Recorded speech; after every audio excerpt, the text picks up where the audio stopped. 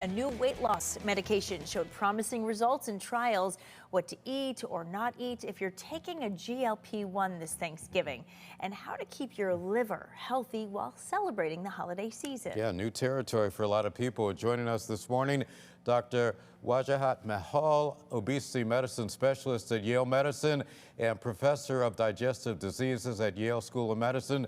Doctor, thank you so much for being with us. A new weekly weight loss medication shown some pretty promising results in trials. What can you tell us about that this morning as we get into the holidays and people expecting to do a lot of eating?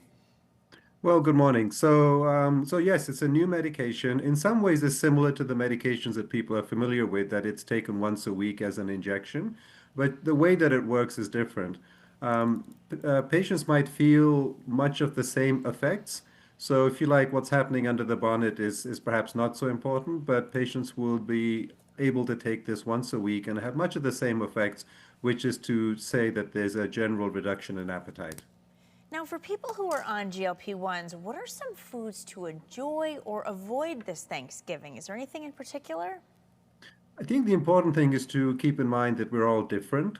So there really isn't a single list that will be applicable to everybody.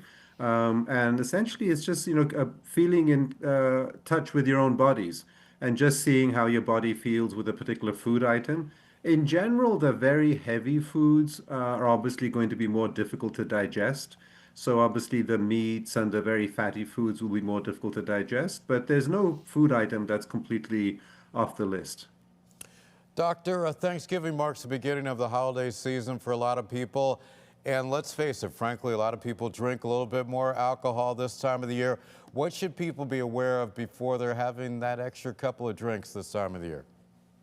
Well, it's definitely a special time, and I think, it's reasonable to treat it as a special time. And this really isn't the ideal time to be, starting diets, or certainly I would not recommend anybody to start their GLP-1 medications this week before Thanksgiving.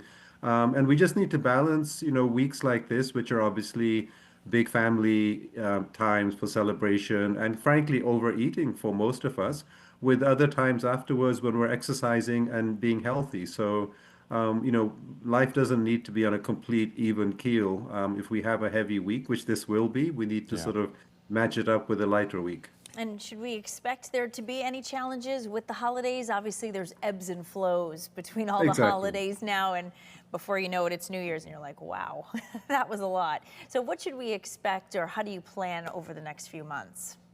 I think the important thing would be to have an idea of what our baseline healthy lifestyle is. And then, of course, on top of that, there will be special weeks like Thanksgiving and the holidays and New Year's. But I mean, those should be seen as exceptions. And I think if we see those as exceptions, but the rest of the year we have a healthy lifestyle, things should be fine. Yeah, so sounds like the bottom line is try not to overindulge for the next few weeks too much. Exactly. And then go back to a healthy baseline. Okay. All right. Doctor, thank you so much for your time today. Really appreciate you being here. Thank you. Thank you so much. Have Take a great care. holiday.